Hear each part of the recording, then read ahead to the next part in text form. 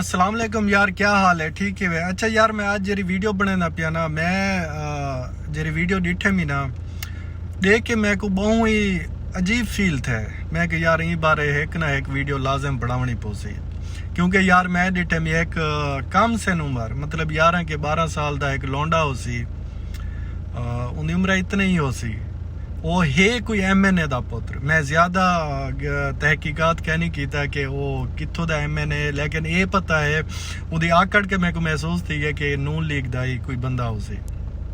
यार वो कैंपेन वास्ते ये तकरीबन वीडियो हो सी कोई वोटिंग के पहले दी कैंपेन वास्ते कोई एक बस्ती विच गए, उत्था जिले लथे ना अवाम को इवें मिली है ना झुक के ओ वाला लौंडा इंजे तरीके ते उन्हें को सलाम दीते जिना मैं दे के हैरान थी गया। यार कम अज कम वो पढ़िया लिखा तो उसी 7वीं 8वीं क्लास से पढ़ता पिया होती, इतना शौर भी उन्हें को कहनी कि आपके वड्डे नाल किंजे तरीके लवावना पौंदे। लेकिन खैर उन्हें दी कसूर भी नहीं, सारी अवाम भी कुछ इंज ही है जेरी खुद गुलाम बनाना चाहती है। उनका प्यो भी कोई इंज तरीके आखी खड़ा होती कि अवाम के अंदरों जेडन भी वनो ना तुसा आकड़ नाल मिलो, ये क्योंकि गुलाम है भेड़ बकरियां।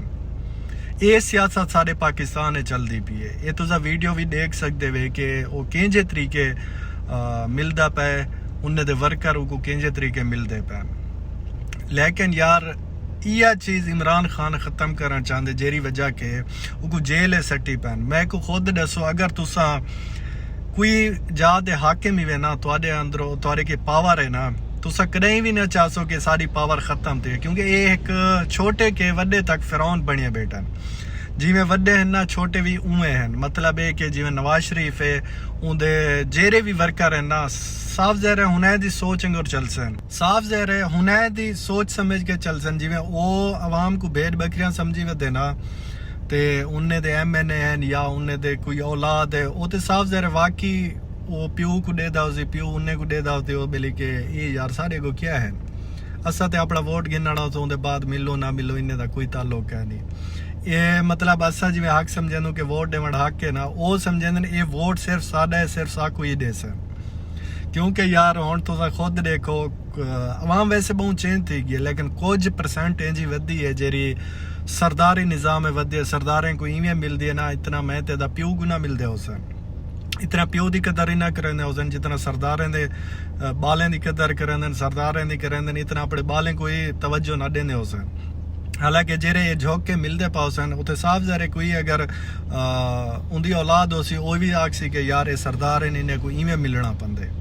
उन्हें दी आकड़ तो पीछे आपे साफ ज़ाहिर ज्यादा थी जाडन इंजी प्रोटोकॉल नाल कई बंदे को मिलसो ना वो कदें भी ना चाहसी कि ये प्रोटोकॉल सारा खत्म थी वे। वो अपने प्रोटोकॉल को बचावन वास्ते वो अवाम का कह नहीं सोचेंदे पे। अवाम को देखो किवें भेड़ बकरी अवाम को भेड़ बकरियां गोर कुट्टी पैन मारी पैन ढक्की पैन उन्हें को कोई फर्क ही कह नहीं। नवाज शरीफ की सियासत यह है कि तुसा अपने तले रखो, कोई भी साढ़े अगो अलवा ना सके, कोई भी बंदा अपना हक ना मंग सके। सिर्फ हक के पाकिस्तान है जीवन का सिर्फ उन्हें दा जेंदे के पावर है जेंदे के पैसा है।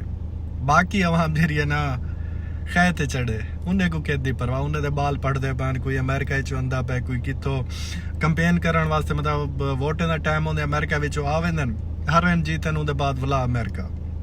उन्हें को कोई ज़रूरत क्या नहीं, उन्हें के पैसा बेबहा है। अवाम दे रुल गई है जेरी पाकिस्तान दी आम अवाम है।